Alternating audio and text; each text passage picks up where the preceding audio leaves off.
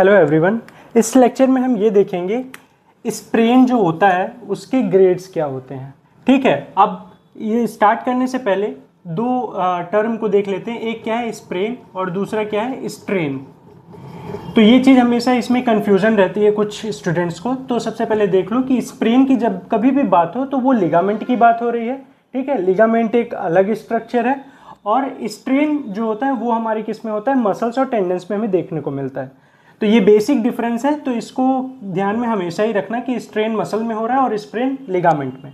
इस वीडियो में हम स्प्रेन जो होता है, लिगामेंट की जो इंजरी होती है वो कितनी ग्रेड की होती है, मतलब कि जब कभी भी कोई फाइबर टूट रहा है, कोई लिगामेंट टूट रहा है, तो वो उसकी जो ग्रेड के हिसाब से हम क्या देंगे, ट्रीटमेंट प्रोटोकॉल अपना डिसाइड करेंगे। ठीक है, तो स्प्रेन की कितनी ग्रेड होती है, ग्रेड 1, ग्रेड 2 एंड ग्रेड 3। जब बात होती है किसकी, ग्रेड 1 की, तो यहाँ पे आपको देखने को मिल रहा होगा कि स्मॉल माइक्रोस्कोपिक जो फाइबर्स हैं वो वहाँ पे क्या है, ब्रेक हुए हैं। तो जब माइक्रोस्कोपिक फाइबर्स टूटते हैं तो उसे हम क्या कहते हैं, ग्रेड 1। और जब यहाँ पे पार्शियल टियर, मतलब कि आधा लिगामेंट एक तरीके से कह लो, जब वो ब्रेक हो जाता है तो उसे हम क्या कहते हैं, ग्रेड 2 में आता है, पार्शियल टियर कहलाता है। और ग्रेड 3 उस लिगामेंट की इंजरी को कहते हैं जिसमें कि पूरी तरीके से जब लिगामेंट हमारा ब्रेक हो जाता है तो वहाँ पे क्या होता है, ग्रेड 3। ठीक है, अब कैसे डिसाइड करें कि उसको ग्रेड 1 है या ग्रेड 2 या ग्रेड 3। ठीक है, तो सबसे पहले यही चीज़ है कि माइक्रोस्कोपिक टीयरिंग ऑफ फाइबर्स हमें किस में देखने को मिलता है, ग्रेड 1 में। वहीं ग्रेड 2 में क्या मिलता है, पार्शियल टीयर, मतलब आधा, ना तो माइक्रोस्कोपिक फाइबर ना पूरी तरीके से फाइबर टूटे हैं। यहाँ पे आधे फाइबर्स क्या हो जाते हैं, लिगामेंट के क्या हो जाते हैं, टीयर हो जाते हैं।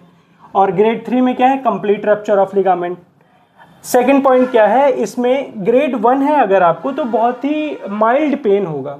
ठीक है, काफ़ी माइल्ड पेन रहता है और काफ़ी कम स्वेलिंग हमें देखने को मिलती है, जो कि 24 to 48 आवर में क्या हो जाती है, सबसाइड हो जाती है।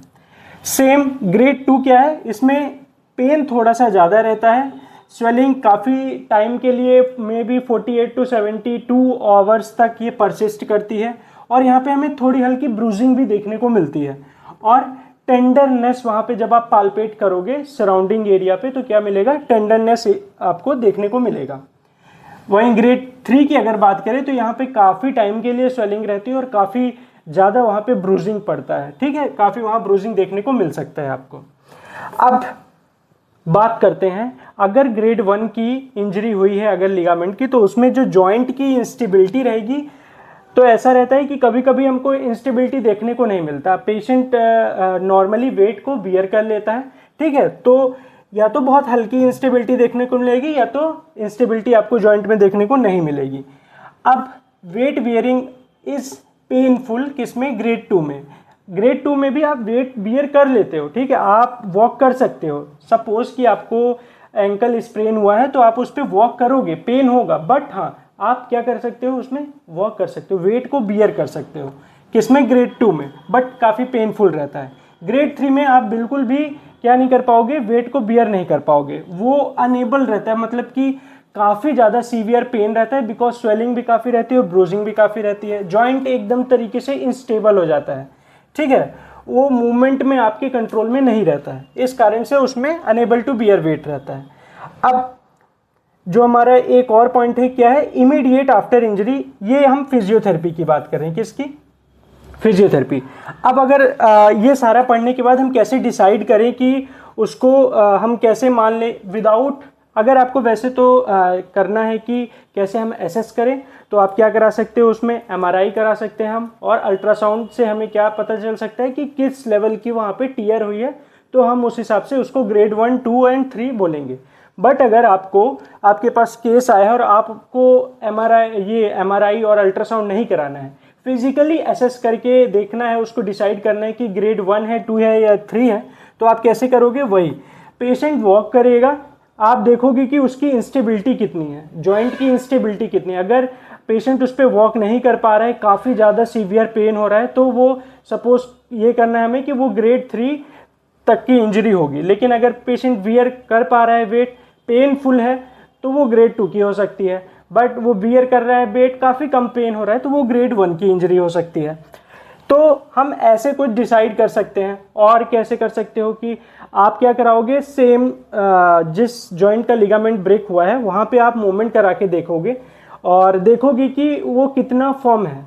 ठीक है, अगर आपको फर्म मिलता है काफ़ी, आप मूवमेंट कर रहे हो, उसका क्या कर रहे हो, उसको मूवमेंट करा रहे हो और आपको ज़्यादा इंस्टेबल देखने को नहीं मिल रहा है, मतलब कि लिगामेंट अपना वर्क कर रहा है, जॉइंट को ज़्यादा आगे जाने से रोक रहा है या ज़्यादा पीछे जाने से रोक रहा है, तो मतलब कि ग्रेड 1 होगा बट पेन है। और ग्रेड 2 में क्या होगा, आपको थोड़ा सॉफ्ट मिलेगा कि थोड़ा सा ज़्यादा मूवमेंट अनस्टेबल हमें देखने को मिल रहा है। ग्रेड 3 में क्या होगा कि जो लिगामेंट का वर्क है, जैसे कि मान लो कि एंटीरियर कोई लिगामेंट है तो उसको जॉइंट को ज़्यादा आगे जाने से क्या करना है, रोकना है, या ज़्यादा पीछे जाने से रोकना है पोस्टीरियर का। तो जब आप आगे की तरफ करोगे तो वो जॉइंट को रोकेगा नहीं, आपका जॉइंट काफ़ी ज़्यादा बाहर आ जाएगा, तो वो किस में आएगा, आपके ग्रेड 3 में आएगा। तो ये जो मैं बात कर रहा था, इसके लिए हर एक लिगामेंट के लिए अपना अलग से स्पेसिफिक स्पेशल टेस्ट होता है, वो परफॉर्म करके हम उसमें भी कंफर्म कर सकते हैं। 100% तो नहीं, बट यस 98 to 99% हम कह सकते हैं उसको कि ये सारे क्लिनिकल फीचर्स और स्पेशल टेस्ट को देख करके कि उसको ग्रेड 1 है या 2 है या 3 की इंजरी है। अब बात करते हैं कि अगर किसी पेशेंट को ग्रेड 1 या 2 या 3 की इंजरी है तो हम उसको फिजियोथेरेपी कब से स्टार्ट कराएं। तो अगर ग्रेड 1 की इंजरी है तो इमीडिएटली आप क्या कर सकते हो, फिजियोथेरेपी स्टार्ट कर सकते हो विद द प्राइस प्रोटोकॉल और राइस प्रोटोकॉल, ये सब आपने पढ़ा होगा। ठीक है, अब तो पुलिस भी आ गया है, ये सारे प्रोटोकॉल होते हैं जो कि इमीडिएट आफ्टर इंजरी हम क्या कर देते हैं, स्टार्ट कर देते हैं।